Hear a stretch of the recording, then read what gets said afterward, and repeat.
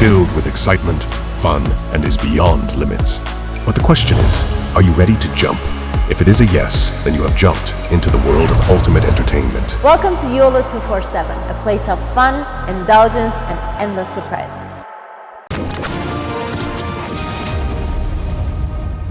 जो पर्यावरण की बातें करते हैं, बात तो अच्छी करते हैं वो लोग, लेकिन मुझे लगता है कभी-कभी प्रैक्टिकल बात नहीं है। एक इकोनॉमी सड़क के साथ साथ चलती है और इकोनॉमी सड़क के साथ ही चलती है। जब लड़ाई होगी तो भारत अपनी लाइंस ऑफ कम्युनिकेशन और सप्लाई कैसे मेंटेन करेगा? इंडियन आर्मी लड़ेगी कैसे? सड़कें हैं नहीं। 40-50 साल पहले हो जाना चाहिए था, अब आज हो रहा है, फिर लोगों को प्रॉब्लम है। जय हिंद दोस्तों, मैं हूं मेजर गौरव आर्य और आप देख रहे हैं आज की ताजा तरीन खबरें। दोस्तों, उत्तरकाशी में जो 41 हमारे भाई फंसे थे, जो लेबर फंसे थे सुरंग में, उनको निकाल दिया गया। अब कैसे निकाला, क्या निकाला, ये तो सब लोगों को पता है, तो मैं उसके बारे में आज आपसे बात नहीं करूंगा, because there has been an information overdose. और सबको पता है कि रैट माइनिंग से निकाला, फिर उनको धीरे धीरे एक एक करके निकाला। प्रधानमंत्री जी मिले, जनरल वीके सिंह वहां पे थे, श्री पुष्कर धामी जी वहां पे थे, और पूरा जो मद्रास सैपर्स का रोल था और बाकी जो बॉर्डर रोड्स ऑर्गेनाइजेशन का रोल था, ये सब आप पढ़ चुके हैं। अमेरिकन मशीन फेल हो गई और फिर ये सब, मैं उस पर नहीं जा रहा। मैं दो चीजें कह रहा हूं। जो एनवायरमेंटलिस्ट्स हैं, जो पर्यावरण की बातें करते हैं, बात तो अच्छी करते हैं वो लोग, लेकिन मुझे लगता है कभी कभी प्रैक्टिकल बात नहीं करते। Many of them are climate extremists. अब ये लोग कह रहे हैं, सोशल मीडिया पे ये चीज बड़ी वायरल है, कि भाई जो आप सड़कें चौड़ी कर रहे हैं वहां पे, उससे हिमालय खराब होता है। यंग माउंटेन है, इतना सेटल्ड नहीं है, तो लैंडस्लाइड होती हैं और इससे, और हिमालय पूरा का पूरा आप लोग बर्बाद कर रहे हैं। ये कहते हैं लोग दिल्ली में बैठ के, मुंबई में बैठ के, चेन्नई में बैठ के, कलकत्ता में बैठ के, हैदराबाद में बैठ के, दुनिया के बड़े बड़े जो भारत के शहर हैं वहां पे बैठ के लोग ये ज्ञान गंगा वहां से बहती है। दोस्तों, अच्छा, मैं 2-3 बातें कहना चाहता हूं। मैं ये कहता हूं कि मिडिल पाथ आपको निकालना पड़ेगा ना। किसी भी चीज में कोई भी इशू होता है, आपको भाई मिडिल पाथ निकालना पड़ेगा। आपको एक बीच का रास्ता निकालना पड़ेगा। आपको लोगों को यह समझाना पड़ेगा कि तरक्की की भी जरूरत है और पर्यावरण की भी जरूरत है। ये बाइनरी नहीं हो सकता, 0 और 1 वाला मामला नहीं है दोस्तों। अब मैं आपको बताता हूं क्यों। दिल्ली में, मैं नाम नहीं लूंगा, दिल्ली में बैठे हुए पर्यावरण के लिए दिल में दुख रखने वाले, घर में 10 एसी लगे हुए हैं और गैराज में 4-5 गाड़ियां पार्क्ड हैं, ठीक है। अगर उनसे कोई बोल दे कि दिल्ली की गर्मी में आप पंखा ऑन ना करें, या फिर आप एसी ऑन ना करें, सिर्फ पंखे में सोएं, let's make it clear, AC आप ऑन ना करें, पंखा आप सिर्फ चला के सोएं, क्योंकि पर्यावरण तो एसी से भी खराब होता है। फिर आप उनसे ये बोलें कि भाई साहब, आप साइकिल से अपने दफ्तर जाएं, जो 4-5 आपने लग्जरी गाड़ी, ये BMW और ये सब आपने जो आपके गैराज में और आपके ड्राइववे में खड़ी हैं, इन सब का इस्तेमाल आप ना करें। वो करेंगे? नहीं करेंगे। दोस्तों, ऐसा है कि ये सिर्फ ये बात नहीं है कि टूरिज्म सरकार लाना चाह रही है वहां पे, जो काफी लोग कहते हैं कि बस सरकार को तो टूरिज्म की पड़ी है, टूरिज्म की पड़ी है। क्यों ना पड़ी रहे सरकार को टूरिज्म की? क्या दिक्कत है इसमें?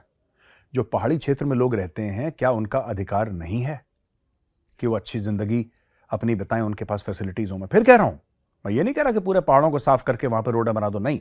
मैं कह रहा हूं there should be a balance. आपको गिव एंड टेक करना पड़ेगा, क्योंकि वहां पे भी इंसान रह रहे हैं। आपको पहाड़ों की फिक्र है, बहुत अच्छी बात है, लेकिन थोड़ी सी फिक्र आप इंसानों की भी करिए, ठीक है। अब जहां सड़क जाती है दोस्तों, वहां तरक्की जाती है। ये समझ लीजिए, थंब रूल है। जहां सड़क गई वहां अस्पताल गया, वहां स्कूल गया, राइट, वहां पे क्लिनिक्स गए, वहां पे दुकानें गई, वहां पे शॉपिंग मॉल्स गए, वहां पे एक इकोनॉमी सड़क के साथ साथ चलती है, और इकोनॉमी सड़क के साथ ही चलती है। जब आप पहाड़ के लोगों को, क्योंकि हिमालय की बात है इसलिए मैं पहाड़ की बात कर रहा हूं, फिर मैं उत्तराखंड की बात करूंगा, क्योंकि उत्तरकाशी उत्तराखंड में है, गढ़वाल क्षेत्र में है। अगर आप पहाड़ के लोगों को इन सब चीजों से अलग रखेंगे, तरक्की से महरूम रखेंगे, तो क्या होगा?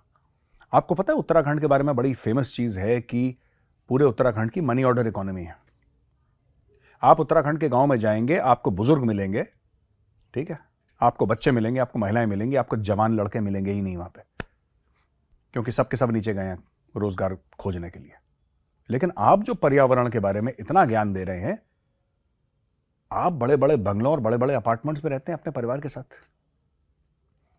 आपको पर्यावरण की बात करनी चाहिए और मैं आपको सैल्यूट करता हूं, लेकिन आपको यह भी देखना चाहिए कि बैलेंस बन रहा है कि नहीं बन रहा है। और दूसरी चीज, आपको सड़कें क्यों चाहिए? क्योंकि चाइना ने सरहद पार, उत्तराखंड के पार क्या है? तिब्बत। और तिब्बत चीन की गिरफ्त में है। हिमाचल के पार क्या है? तिब्बत। सिक्किम के पार क्या है? लद्दाख के पार क्या है? अरुणाचल के पार क्या है? लाइन ऑफ एक्चुअल कंट्रोल के पार है क्या? सोचने वाली बातें हैं ये। जब लड़ाई होगी तो भारत अपनी लाइंस ऑफ कम्युनिकेशन और सप्लाई कैसे मेंटेन करेगा? इंडियन आर्मी लड़ेगी कैसे? सड़कें हैं नहीं। ये काम जो 40-50 साल पहले हो जाना चाहिए था, अब आज हो रहा है, फिर लोगों को प्रॉब्लम है। भाई एक बात बताइए, अगर चाइना ने अपना बॉर्डर इंफ्रास्ट्रक्चर बना लिया, हो सकता है कि चाइना की तरफ माउंटेन का कन्फिग्रेशन ही अलग हो, मैं ये भी कहने को तैयार हूं। कई जगह तो प्लेटू है, मैं ये भी समझने को तैयार हूं। लेकिन अगर आपके यहां नहीं है तो क्या आप हाथ पे हाथ रख के बैठेंगे? आपको सड़कें बनानी है और आपकी मजबूरी है सड़कें बनाना। अब उसमें बीच में सुरंग डालिए या आप कुछ भी करिए, सड़कें बनानी है और हल्की सी चौड़ी सड़कें बनानी है, ये आपकी मजबूरी है। क्योंकि अगर चीन से लड़ाई होती है, राइट, अगर चीन से लड़ाई होती है आपकी, भगवान ना करे ऐसा हो, लेकिन कुछ ना कुछ तो होगा फ्यूचर में। आप मान के चलिए जो चीन के तेवर हैं, कुछ ना कुछ होगा, और जिस दिन होगा उस दिन आप क्या करेंगे? फिर वो पर्यावरण वाला जो दिल्ली में बैठा है ना, साउथ दिल्ली या साउथ बॉम्बे में, वो तो आके लड़ेगा नहीं बॉर्डर पे। तो मिडिल पाथ, पर्यावरण का भी ध्यान रखिए और लोगों का भी ध्यान रखिए, फौज का भी ध्यान रखिए। एक तो पहला पॉइंट ये दोस्तों। दूसरी बात यह, दूसरी खबर यह है कि भारत ने 40,000 करोड़ रुपए का, डिफेंस एक्विजिशन काउंसिल ने अप्रूव कर दिए 40,000 करोड़ रुपए। बोला है कि भारत का तीसरा एयरक्राफ्ट कैरियर और भारत का दूसरा इंडिजिनस एयरक्राफ्ट कैरियर बनेगा और लॉन्च होगा। विक्रांत हो चुका है, अब दूसरा इंडिजिनस, और टोटल फिर 3 हो जाएंगे हमारे पास। अच्छी बात है। मेरा सिर्फ एक छोटा सा पॉइंट ऑफ व्यू है इसमें। कई लोग ये कहते हैं कि यार एयरक्राफ्ट कैरियर भारत को क्या चाहिए? एयरक्राफ्ट कैरियर बड़ी आसानी से निशाना बन जाता है, एयरक्राफ्ट कैरियर को बर्बाद बड़ी आसानी से किया जा सकता है। तो जो लोग ये ज्ञान देते हैं, और इसमें मैं अज्ञानी हूं, मैं मानता हूं, मैं ये जानना चाहता हूं कि सेकेंड वर्ल्ड वॉर के बाद कितने एयरक्राफ्ट कैरियर हैं जिनको बर्बाद करा है? जरा कोई मुझे 1-2 नाम बता दे तो मुझे भी अच्छा लगे कि मेरा ज्ञानवर्धन हुआ है। देखिए, एयरक्राफ्ट कैरियर दोस्तों अकेला नहीं चलता है, अगर गलत फहमी है आपको या किसी और को भी। Aircraft carrier is part of a carrier group. तो उसमें सबमरीन भी हैं, उसमें डिस्ट्रॉयर्स भी हैं, उसमें फ्रिगेट्स भी हैं, उसमें और बोट्स हैं, उसमें फाइटर जेट्स हैं, उसमें पूरा रेडार का सिस्टम है, उसमें एंटी एयरक्राफ्ट है, उसमें मिसाइल्स हैं। तो एक तैरता हुआ शहर है। इतना आसान नहीं है कि वहां पे आपने देखा प्लेट में मोतीचूर का लड्डू है और आपने खा लिया है। Aircraft carrier is a different kettle of fish. और मैं ये भी कहना चाहता हूं कि aircraft carrier is more than just the largest battleship known to man. इससे कहीं ज्यादा है। मुझे लगता है कि it is a very essential part of India's foreign policy. इसीलिए मैं कहना चाहूंगा कि 40,000 या 45,000 डिस्प्लेसमेंट का नहीं, आपको 80,000 या 1,00,000 टन डिस्प्लेसमेंट का आपको एयरक्राफ्ट कैरियर चाहिए, preferably nuclear powered. Because your aim is not just defensive, your aim is projection of power. और प्रोजेक्शन ऑफ पावर दोस्तों, कोई भी weapon platform projection of power aircraft carrier से ज्यादा नहीं कर सकता। और जो लोग ये कहते हैं कि हमें एयरक्राफ्ट कैरियर क्यों चाहिए, हमें नहीं चाहिए, तो भाई वो इंडियन नेवी का काम है सोचना कि उनको चाहिए कि नहीं चाहिए। अगर इंडियन नेवी कहती है चाहिए तो चाहिए, they are qualified. Admiral R Hari Kumar is chief of naval staff, and if he decides that India needs an aircraft carrier or third aircraft carrier, so be it. You're not going to second guess the naval chief, are you? Navy chief ने बोल दिया, India needs it. आपके जो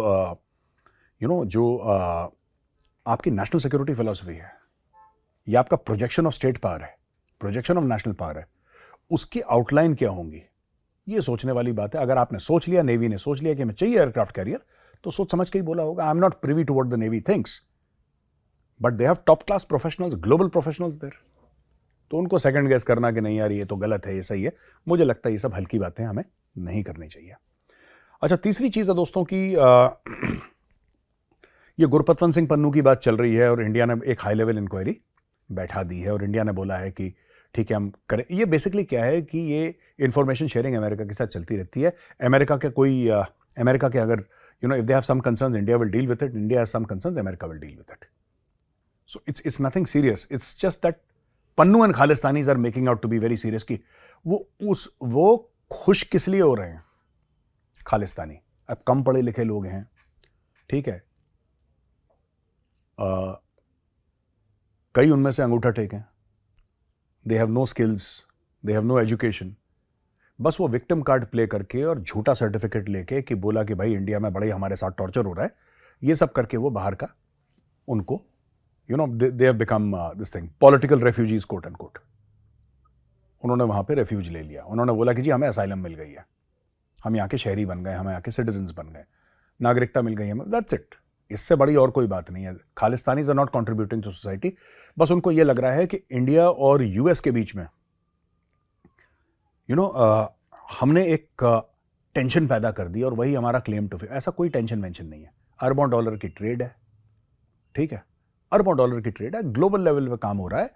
ये 1-2 हज़ार खालिस्तानी दे worth nothing, ठीक है, इनकी 0-2 कौड़ी की इनकी औकात नहीं है। ये पता नहीं क्यों खुश हो रहे हैं, आई डोंट नो।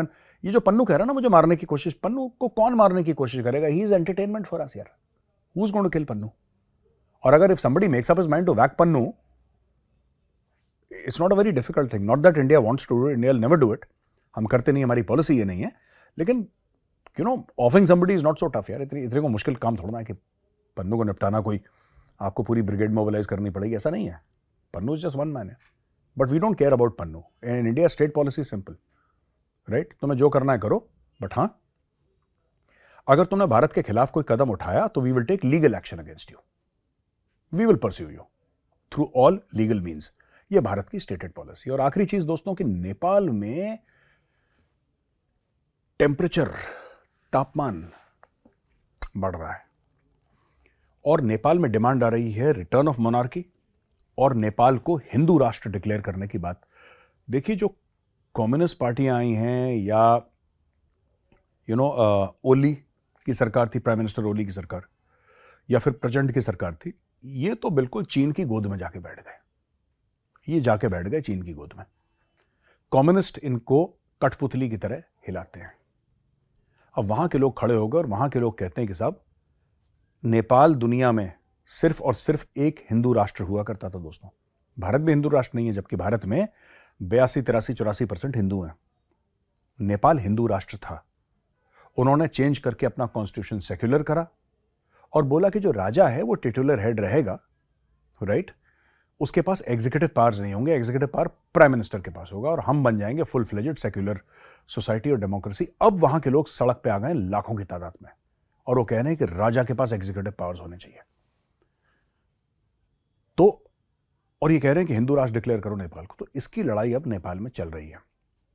अच्छी बात है, नेपाल अगर हिंदू राष्ट्र बने तो बनना भी चाहिए नेपाल को। अगर वहां के लोग चाहते हैं और ज्यादातर लोग अगर ये चाहते हैं कि उसको हिंदू राष्ट्र बनना चाहिए तो क्यों ना बने वो, अच्छी बात है। और दूसरी चीज़ ये है कि हमारी तो भावनाएं नेपाल के साथ जुड़ी हैं और प्रभु श्री राम का ससुराल है नेपाल भाई, सीता माँ का घर है, वहाँ पे पशुपतिनाथ का मंदिर है, तो हमारी तो भावनाएं नेपाल के साथ जुड़ी हैं।